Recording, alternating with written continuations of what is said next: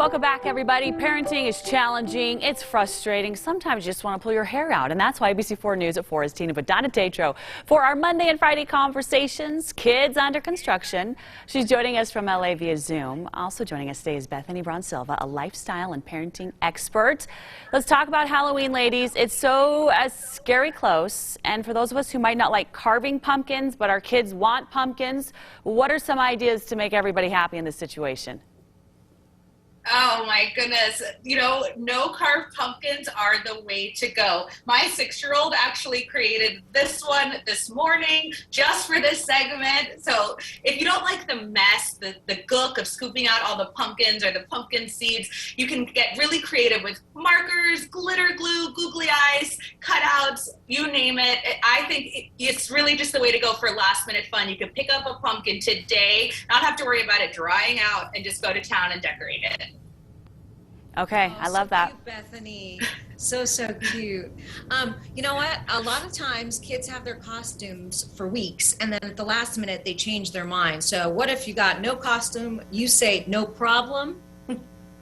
No costume, no problem. I mean, think about all the toys and gear in your kids' room right now. I mean, we're talking princess tiaras, magic wands, ninja masks, capes. Donna, I know you can relate to this one.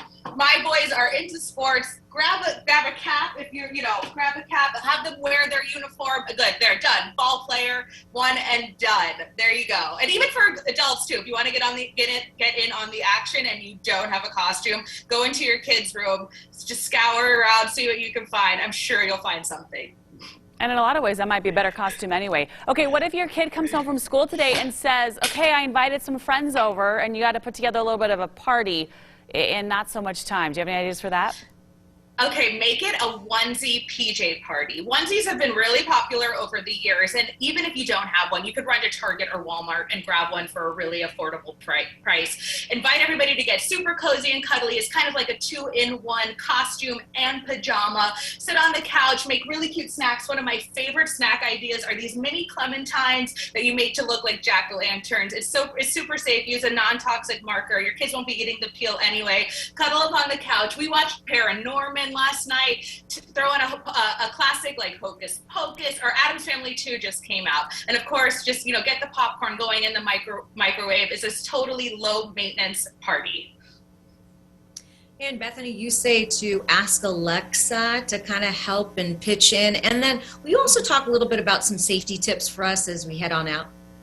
Absolutely. I mean, I don't know what I would do without my smart home device. Whether you have an Amazon one or a Google one, go ahead online and search your device's name with Halloween skills or Halloween commands, and you'll find out you can do things like a Halloween countdown. You can have Alexa tell you Halloween stories, or even have a Halloween radio station playing in the background. But as far as safety, the CDC, thank goodness, says it's safe to go trick-or-treating this year, but they do recommend a lot of their tried and true tips. If you're going outside, maintain that social distance that we're also used to now. And if you are going into an indoor public place, make sure you have that mask. I will be going out trick-or-treating with my boys, and I'll definitely have hand sanitizer in my pocket, ready to go as they go from house to house. I'll make sure to be sanitizing their hands as they move along. But also, something that I also recommend is reflecting tape. If you're going outside and your kids, might get lost in a crowd, you want to be able to spot them in a pinch. I put an S on the back of their costume for Silva,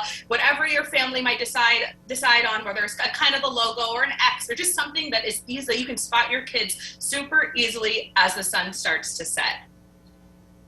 Okay, I love that S idea on the back of the reflective tape. That is so awesome. Bethany Brown-Silva, thanks so much for joining us today with some of these last-minute ideas. You're still in luck getting ready for this Halloween weekend. So we say thank you to you, and of course always to Donna Tatro, who joins us every Monday and Friday right here for our Kids Under Construction conversation. If you want to check out her podcast, she's got all of these great topics waiting for you. She dives very deep with experts. She always has so many great friends that she can bring on with her. You can visit that online, Kids Under Construction, right there at abc4.com. And of course, if you've got a question for her, we'd love you to send it to us as well. Kids Under Construction at abc4.com. Donna and Bethany, thanks so much and happy Halloween. Happy Halloween.